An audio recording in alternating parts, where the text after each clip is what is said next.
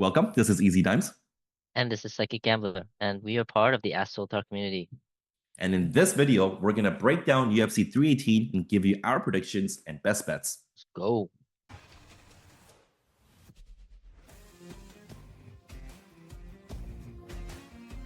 We're going to break down these fights in the order of a tier ranking. We ranked the fights based on how much we like it and how good of bets we can place for each fight. And we're going to start off with the fights that we don't really like, and then we're going to work our way up to the fights that we love the most. Kicking things off with the very first fight of the night between two female UFC fighters, Cagliari and Judas. This, I believe, is a pretty low-level UFC fight, a low-level woman MMA fight, meaning that if you're going to do anything, probably just lay a little bit on the underdog if you really want. Round betting is completely unpredictable. They both have first-round finishes and decisions all mixed together. No idea. So yeah, it's a complete pass for me. Maybe a little bit of sprinkle on the dog if you really want. What do you think, Psychic Gambler? I completely agree. It's a low-level woman fight. There's not enough data, even for our database. It just flags it as a no go. So we're just gonna pass. Moving on. The next fight is between Bruno Ferreira and Jackson McVeigh. And Ferreira is a minus 600 favorite here, fighting a newcomer in McVeigh, making his UFC debut. 6-0, undefeated prospect. They both have a 100% finish rate. What do you think about these two? I think that it's in my scout category, and usually in the scout category we pass, given that it's like a negative 600, negative 700. I would definitely lean towards Fiera only because statistically negative 700s don't really lose. But beyond that, I think it's a pass. However, in round energetics, it does flag under 1.5 as really good value. You can do under 2.5 as well. If you felt a little bit safe, but that's my bet, under 1.5. All right, moving on. Next, we got Michael Johnson fighting Zell Huber.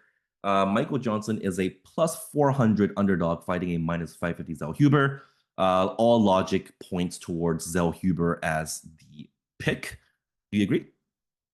I agree. If you're going to choose this, choose Zellhuber, but at the price point, it's not worth it. I also have this ranked as a scout, so the money line's just outside of that range. Yeah, So yeah, and it's Michael Johnson we're talking about. He's 39 years old, and throughout his career, he's been very unpredictable. He loses fights he should win, and he wins fights that he should lose. This feels like a fight he should lose, so I'm just saying he might win. We're not sure. Again, logic points towards El Huber, but from a betting standpoint and a round betting standpoint, this is a complete pass.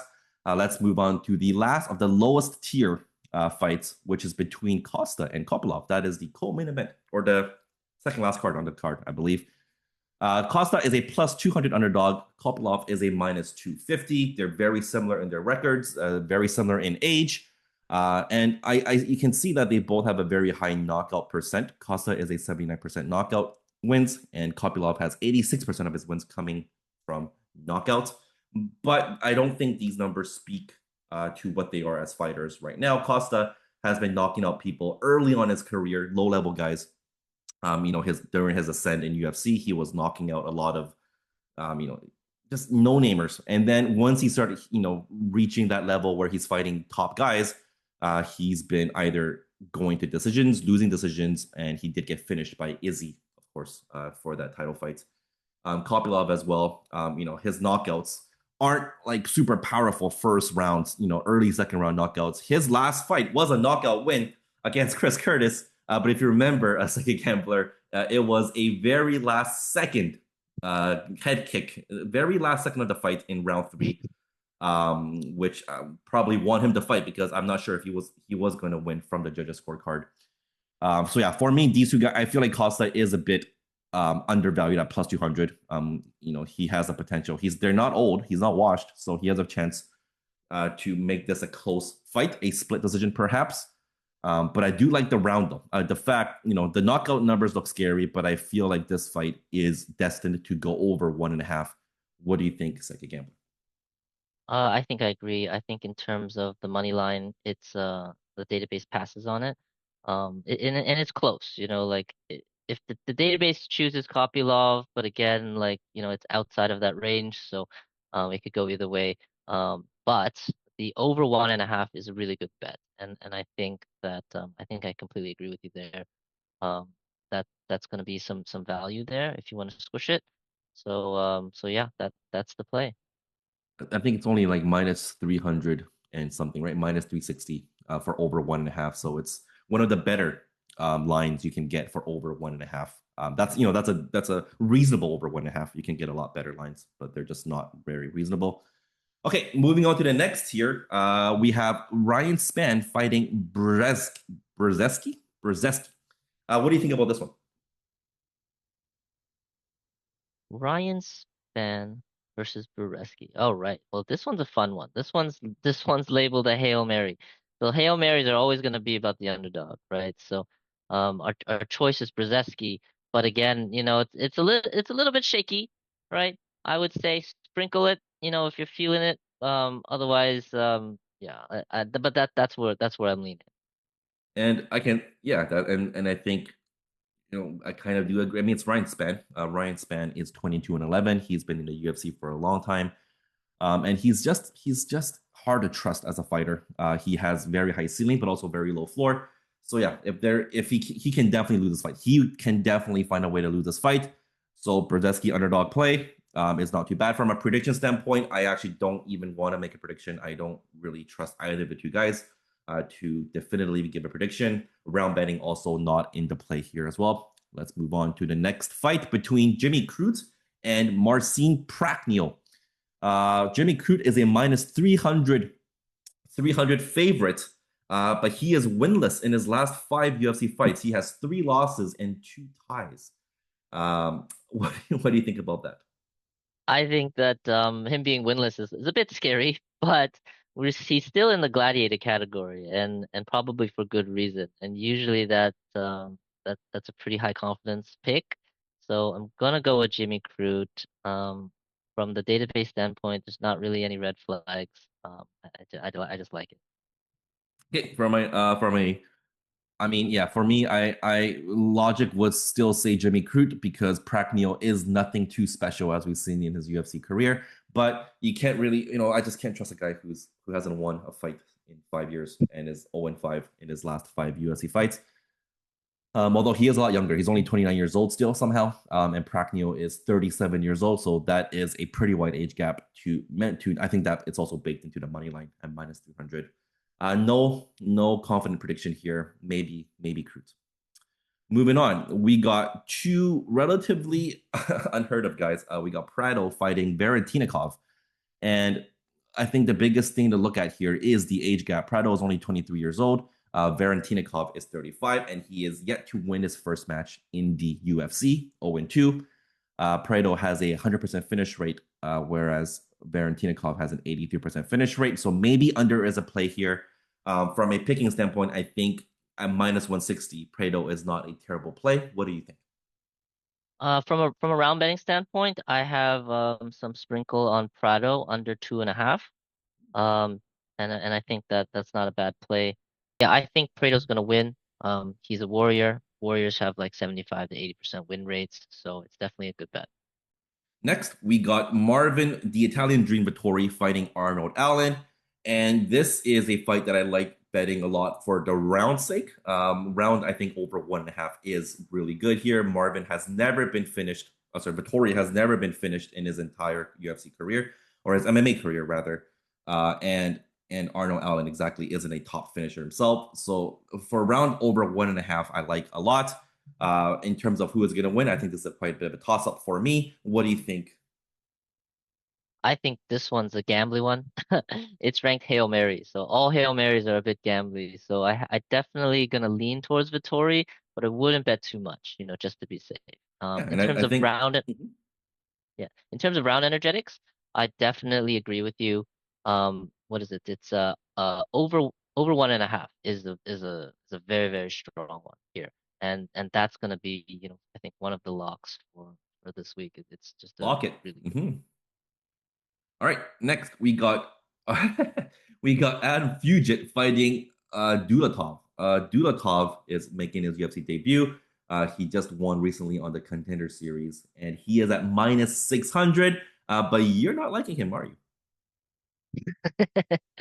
I think that despite what everything says, everybody says, this one is a legend category. And legends, legends perform like miracles, I just say Fugit, just go and Fugit. Maybe don't bet like crazy amounts, but I think there's a little bit of hype in the air. I think that there's a little bit of underrepresentation. Um, I just I just think that the value there is definitely at Fugit. At plus 450, I'm sure it is. So yeah, Fugit. Tough one. I mean, logically, from my point standpoint, I would probably go with Dulatov, but there is obviously a lot of hype behind him. And when I watch this fight in the Contender Series, I mean, he's really just blitzing quite a bit. And I feel like maybe people are overlooking Fugit a bit, so that's something to keep in mind. A legend category should always be bet. Fugit is the bet here. Moving on. Next is Kevin Holland fighting Daniel Rodriguez. Kevin Holland is fighting the fourth time in 2025 already. That is a lot of fights. He is very unpredictable as a fighter, but it feels like he's kind of getting a resurrection in his career. I feel like he's chaining a lot of nice wins together. He's looking better lately, and he's fighting Daniel Rodriguez, who is 38 years old, but has never been finished. What do you think? I love Kevin Holland. I think he's in the gladiator category, and that's a category where it's around 80 to 85% win rates. So he's definitely a bet in my book.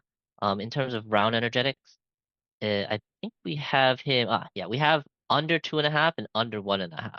All right, under 1.5 might be a little bit spicy. Under 2.5, could be kind of safe. But the money line's in the middle there. But I do think there's some good value. So there's a lot to bet on this one, and I think it's good value all around.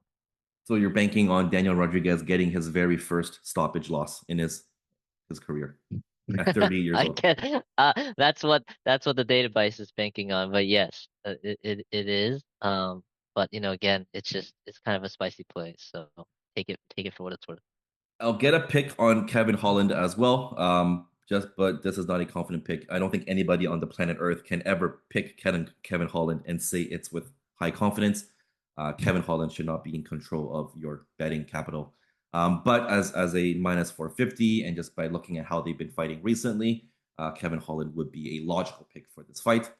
Moving on to the main event, actually. It's not the most confident pick we have, but it is the main event of the card between Max Holloway and Dustin Poirier. There's a lot of intangibles at play here. Poirier, this is being his retirement fight. This is their third fight, a trilogy, where Max has lost both the first two fights, albeit the first fight was very early on in his career. It was actually his UFC debut, I believe. And then his second loss was when he moved up weight classes to lightweight, and he lost to Poirier in a exciting 5-round striking match. And I think the best pick here would be the round betting here. It's a 5-rounder, and if you watch Max fight and Dustin Poirier fight in their careers, they're both pretty durable guys, at least for the first round and a half. Max actually survived Topuria for 3 rounds, which is pretty decent, pretty amazing feat in and of itself. Max Holloway and Poirier over 1.5 is pretty locked, I think, in this fight. In terms of who's gonna win,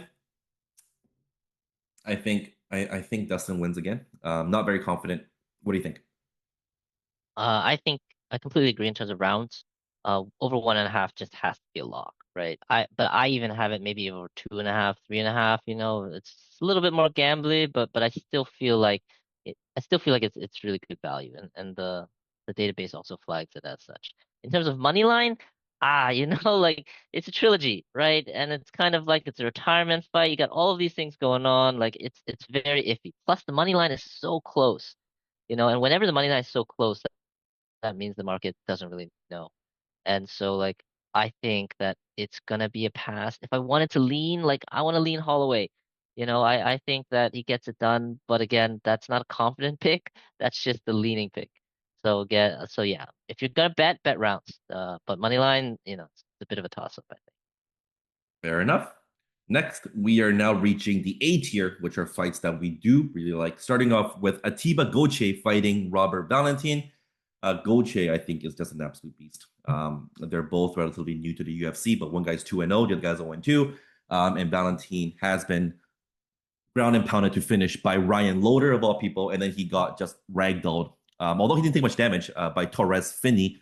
So he's 0-2. I don't really think at this point. I think he's still dangerous. I think he's more dangerous than people give him credit for, but I don't think he's at the level of Atiba Gauthier.